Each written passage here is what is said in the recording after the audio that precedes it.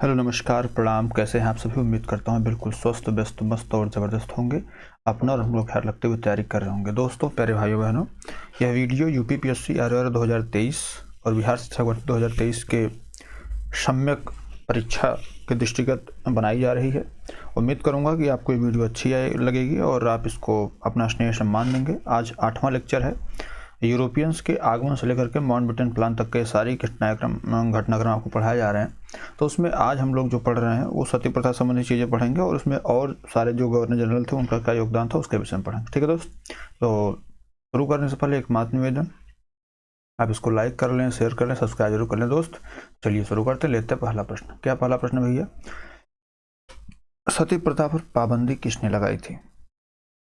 Option A है Warren Hasting, option B है Lord Curzon, option C है William Bentinck, option D है Lord Canning.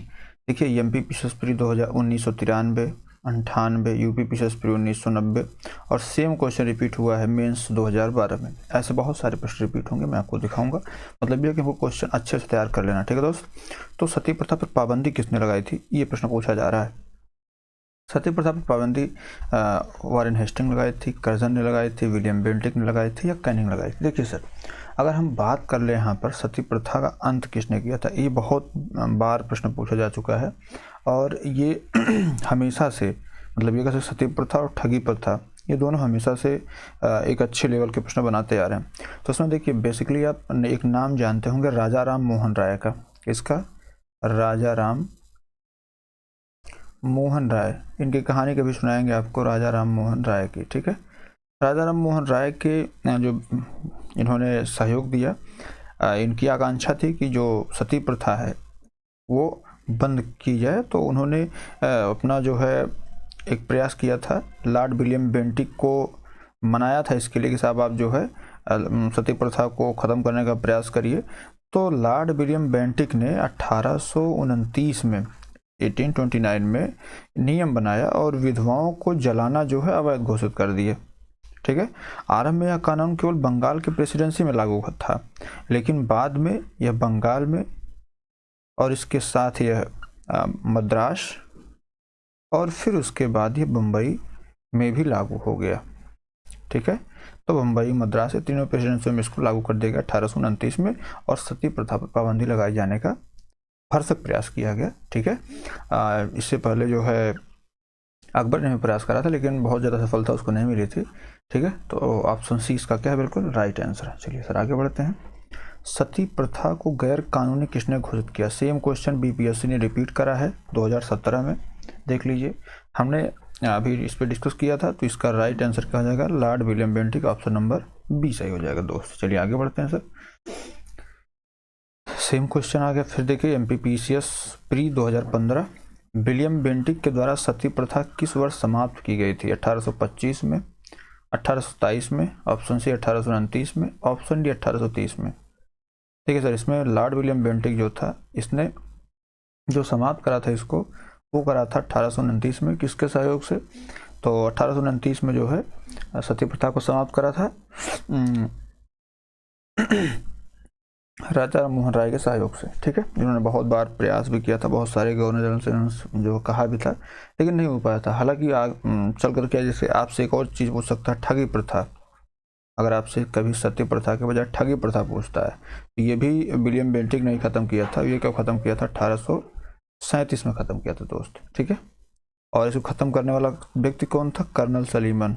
इसको ही विलियम बेंटिक ने आदेश दिया था कि आप इसको, जो ठगी प्रथा है, इसको ख़त्म करिए। तो कर्नल सलीमन ने जो है इसको समाप्त करे। ठीक है दोस्त?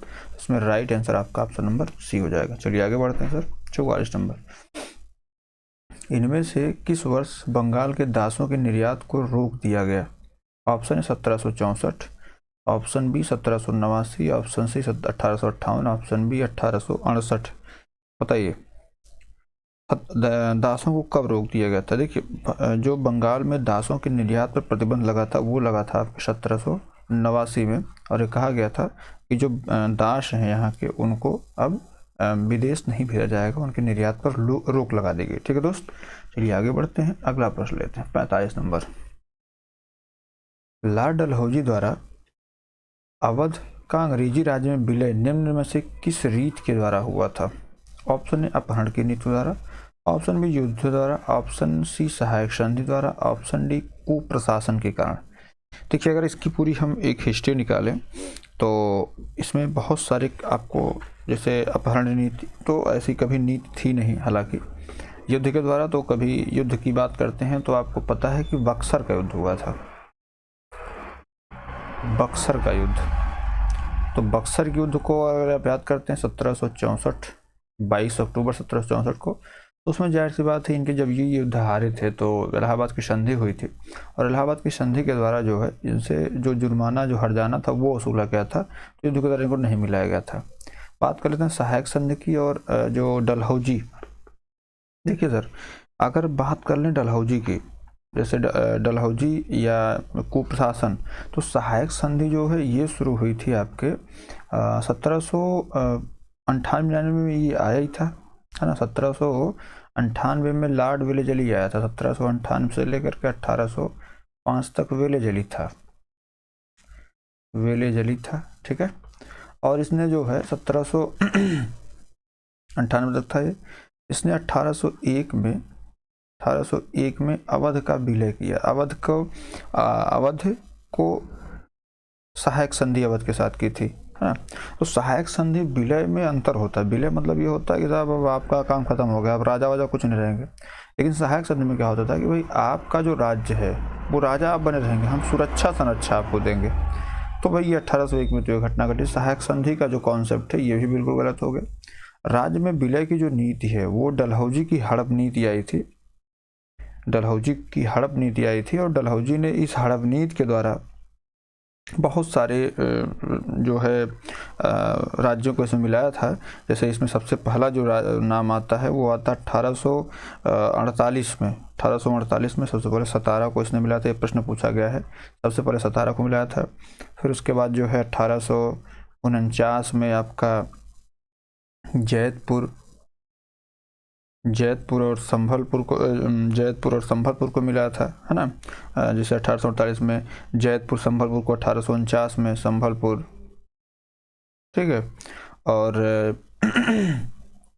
फिर उसके बाद 1850 में जो है बघाट को मिलाया था, बघाट को। उसके बाद जैसे ऐसे आगे चलता है तो फिर उदयपुर को मिलाता है 1852 में। 1852 में जो है उदयपुर को मिलाता है। 1853 में झांसी को मिलाता है, 1853 में झांसी को मिलाता है, ठीक है। आगे नागपुर 1854 में मिलता है, 1855 करौली को मिलाता है। फिर उसके बाद जो है 1856 में अवध, 1856 में अवध को मिलाता है डलहौजी। तो भैया इसमें राइट आंसर तो आपका ऑप्शन डी हो, कुप्रशासन का आरोप लगा करके 1856 में अवध का विलय करता है। सहायक संधि वेलेजली के द्वारा शुरू गई थी, ना कि डलहौजी के द्वारा। तो इसमें राइट आंसर आपका ऑप्शन नंबर डी हो जाएगा दोस्त। चलिए आगे बढ़ते हैं, इससे संबंधित और सारे प्रश्न आपको मिलेंगे। तो ये क्या है, झारखंड PCS 2016 में फिर पुनः रिपीट हुआ है कि बघाट रियासत का ब्रिटिश में विलय कब हुआ था। Option 1848, option B 1850, option B 1852, option D 1853। देखिए 1848 की अगर हम बात कर लें सर, तो 1848 में सतारा को मिलाया गया था। किसको? सतारा को मिलाया गया था। यहीं तुरंत 1849 की बात कर लें सर, तो 1849 में जैतपुर और संभलपुर को मिलाया गया था, है ना। और 1850 में यहाँ बघाट को मिलाया गया था। किसको? बघाट को। 1852 में किसको मिलाया गया था सर? तो 1852 में उदयपुर को, 1852 में उदयपुर। और 1853 में जो है झांसी को मिलाया गया था। किसको? 1853 में झांसी को। और सर 1854 की बात कर लें, कई बार हम लोग रिपीट सुन लेंगे तो ये भूलेंगे नहीं। 1854 में नागपुर, है ना। फिर उसके बाद जो है 1855 में करौली, और फिर 1856 में अवध। इतनी बात क्लियर है। 48 में सतारा, 1849 में जैतपुर संभलपुर, 1850 में बघाट, 1852 में उदयपुर और 1853 में झांसी। फिर उसके बाद 1854 में नागपुर, 1855 में करौली, 1856 में अवध। पूछा क्या गया है? बघाट रियासत। तो भैया ऑप्शन नंबर बी क्या है? बिल्कुल राइट आंसर है ऑप्शन नंबर बी। 1850 में बघाट को मिलाया गया था। ठीक है दोस्त, चलिए आगे बढ़ते हैं सर। ब्रिटिश साम्राज्य में अवध का विलय कब हुआ था? ऑप्शन ए 1853 में, ऑप्शन बी 1854 में, ऑप्शन सी 1855 में, ऑप्शन डी 1856 में। यूपी में 2010 और यूपी यूडीए लिए 2013 में आया हुआ प्रश्न है। तो भैया हम अभी आप डिस्कस कर रहे थे 1848, 1849, 1852, 1849 के बाद 1850, तो उसके बाद 1852, 1853, 1854, 1855, सारी चीज़ें हम लोग डिस्कस कर ले रहे हैं सर। 48 में हमको आपको पता है सतारा है, 49 में सैदपुर जैतपुर और संभल है, 1850 में आपका बघाट है भाई, 50 बघाट, और 1852 में आपका उदयपुर है ना। 1853 में आपका जो है झांसी है, 1854 में आपका नागपुर है, 1855 में आपका जो करौली है, उसके बाद 1856 में आपका जो है अवध आता है। अवध का विलय जो है ये 13 फरवरी को हुआ था, 13 फरवरी 1856 को हुआ था लॉर्ड डलहौजी के आदेश पर। तो ऑप्शन नंबर डी क्या है? बिल्कुल राइट आंसर है सर। चलिए आगे बढ़ते हैं 48 नंबर पे।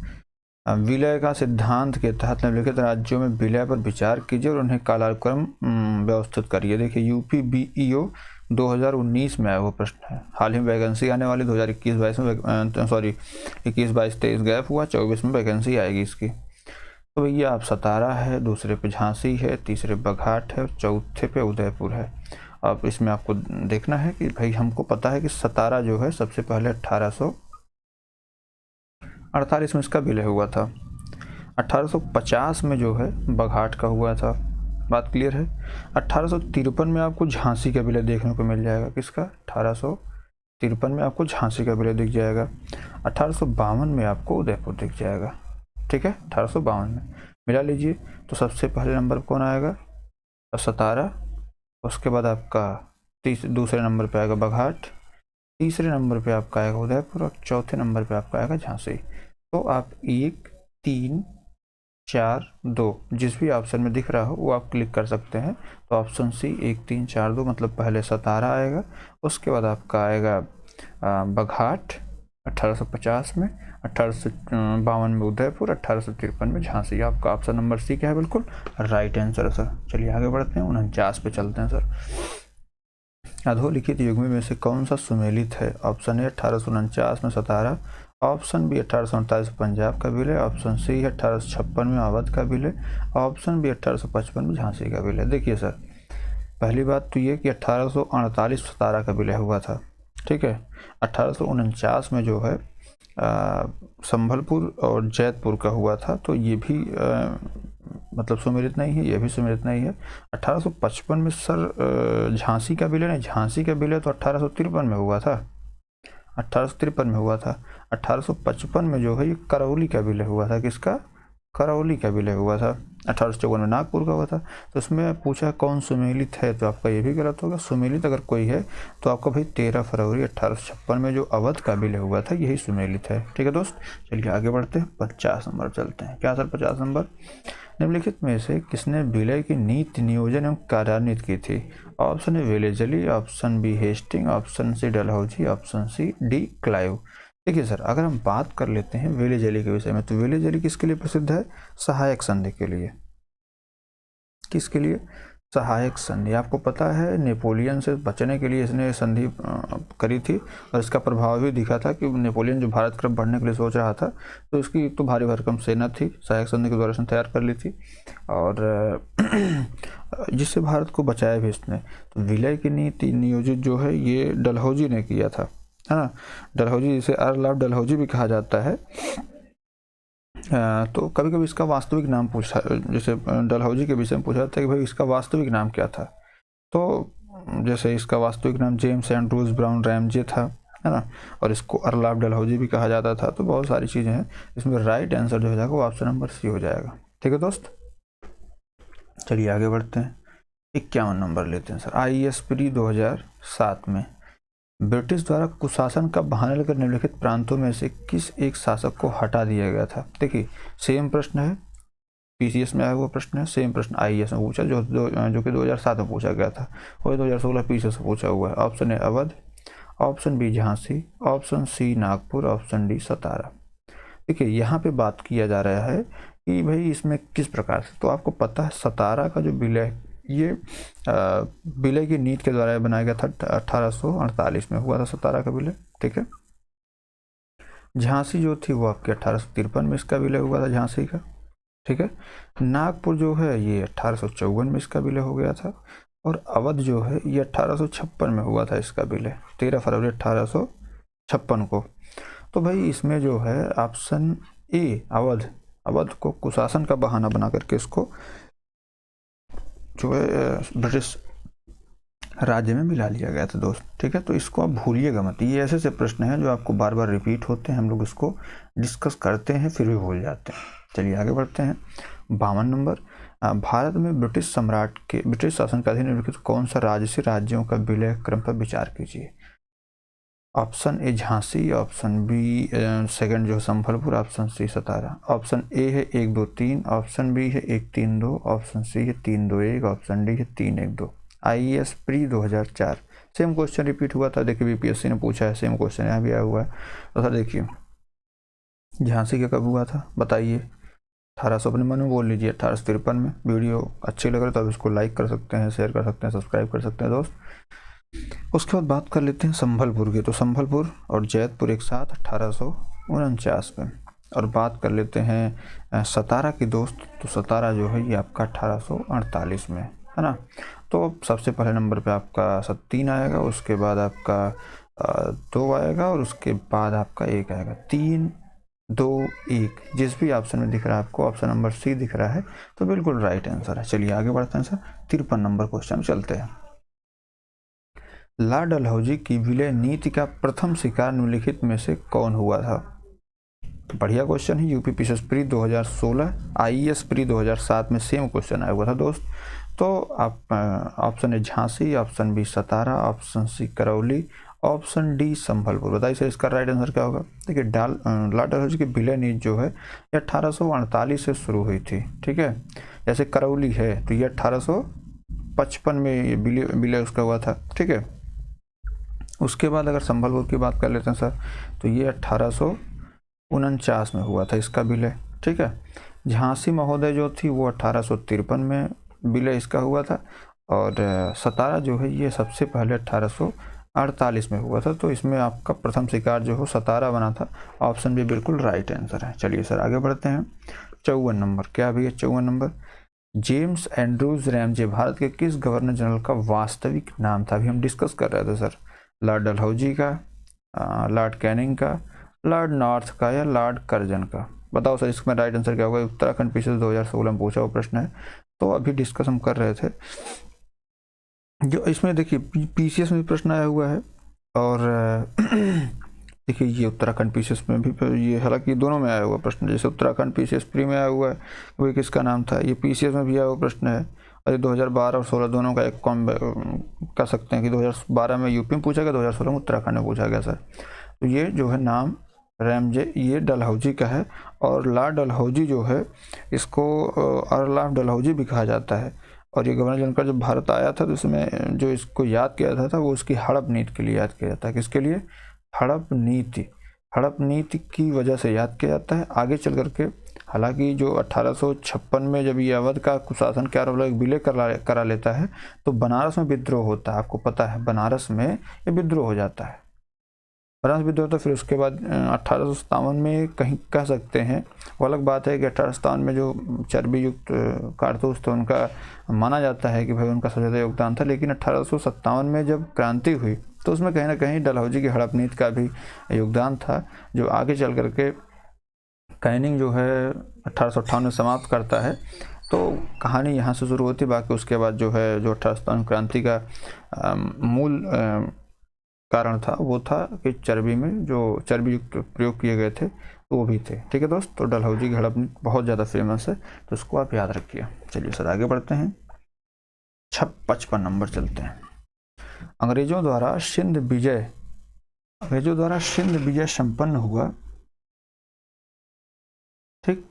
किसके द्वारा? एलन बरो के द्वारा सर, लॉर्ड हार्डिंग के समय में, किसके समय में? लॉर्ड ऑकलैंड के समय में, या फिर लॉर्ड एमहर्स्ट के समय। बताइए सर इसमें राइट आंसर क्या हो जाएगा? देखिए अगर हम इसकी बात कर लेते हैं दोस्त, तो इसमें अंग्रेजों की सिंध विजय जो थी ये अति महत्वपूर्ण थी। इसको आप ऐसे समझिए, तो जैसे ये सिंध विजय हुई कब थी, पहले तो आप ये जान लीजिए। जो सिंध विजय है, जो सिंध विजय है मेरे दोस्त, ये हुई थी आपके 1843 में।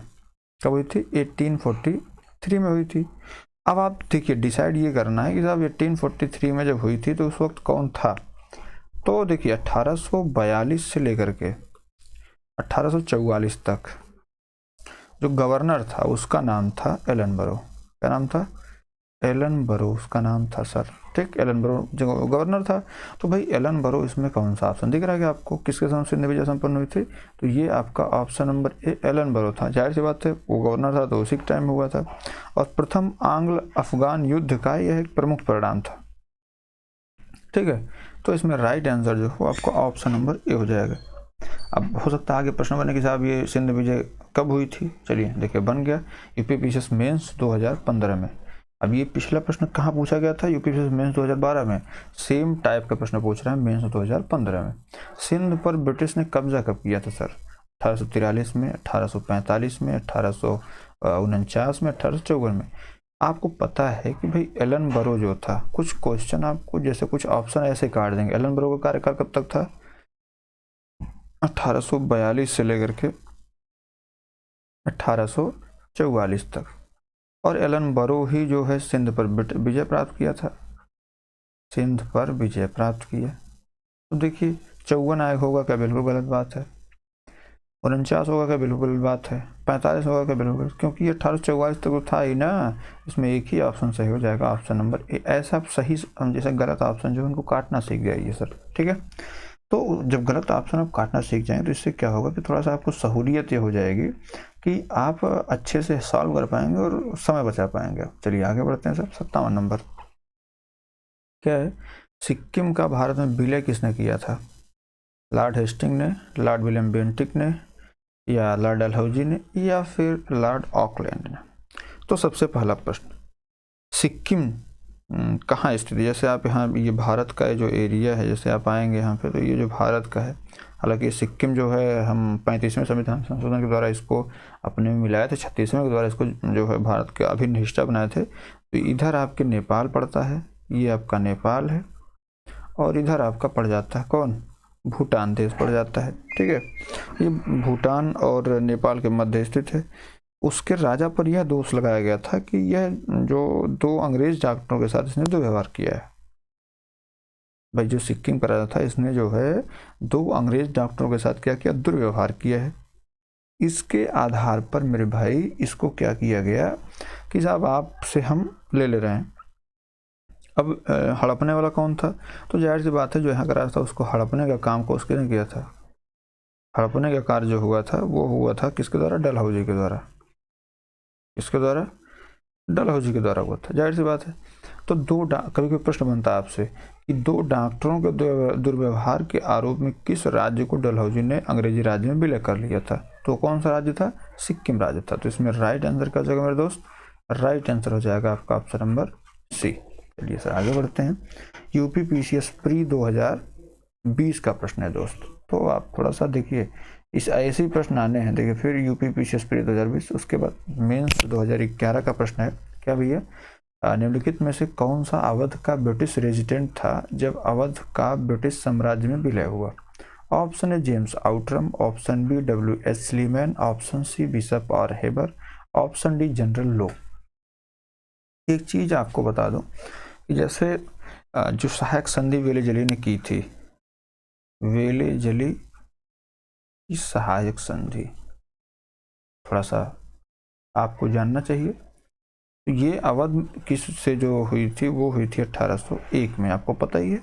1801 में जब इसकी सहायक संधि होती है मेरे दोस्त, तो इसके तहत ये कहा जाता है कि भाई आप अवध के जो राजा हैं, अवध के राजा बने रहेंगे, हम आपके यहाँ क्या करेंगे? सेना अपनी रखेंगे। क्या रखेंगे? सेना हम अपनी रखेंगे। और सेना को एक व्यक्ति डील करेगा, उसका क्या कौन होगा? वो होगा हमारा रेजिडेंट, मतलब हमारा प्रतिनिधि होगा, ठीक है। तो जो हमारा प्रतिनिधि होगा इसको डील करेगा। तो अब जो यहाँ से सिस्टम चल रहा था, तो अब यहाँ से हुआ क्या कि जैसे आगे आगे जब समय बीता तो जनरल पहले आपका जैसे स्लीमैन था तो 1854 तक तो यही था, जो स्लीमैन था यही 1854 तक था। जब ये जाता है तो 1855 में जो है आता है आपका आउट्रम आता है, जेम्स आउट्रम आता है। और जेम्स आउट्रम क्या कहता है कि साहब जो है यहाँ पर कुछ अच्छा नहीं चल रहा है, राजा शासन कर रहे हैं लेकिन जनता जो है उनसे त्रस्त है। तो इसी की रिपोर्ट पर, आउट्रम की रिपोर्ट पर जो है 1856 में विलय कर लिया जाता है, ठीक है। और जो है जब विलय होता है तो 1857 में जो इसको अभी विद्रोह का आधार बनेगी, क्या 1857 में जो विद्रोह का आधार बनेगी, जैसे लखनऊ में जो ब्रिटिश रेजिडेंट था, लखनऊ, बनारस, फैजाबाद, यहाँ सारी जगह पे इसका बहुत तगड़ा विरोध होने लगा। तो इसी चक्कर में जो है पूछा जाता है कि कौन मारा गया था। तो एक 1857 का हेनरी लॉरेंस था। कौन? हेनरी लॉरेंस, ये मारा गया था सर, है ना। और जेम्स आउट्रम जो है इसी की रिपोर्ट पर विलय हुआ था। चलिए आगे अगला प्रश्न लेते हैं सर, 59 नंबर। भारत में प्रथम रेलवे लाइन किस ब्रिटिश गवर्नर के समय बिछाई गई थी? ऑप्शन ए है लॉर्ड डलहौजी, ऑप्शन बी है लॉर्ड कर्जन, ऑप्शन सी है लॉर्ड विलेजली, ऑप्शन डी है लॉर्ड लिटन।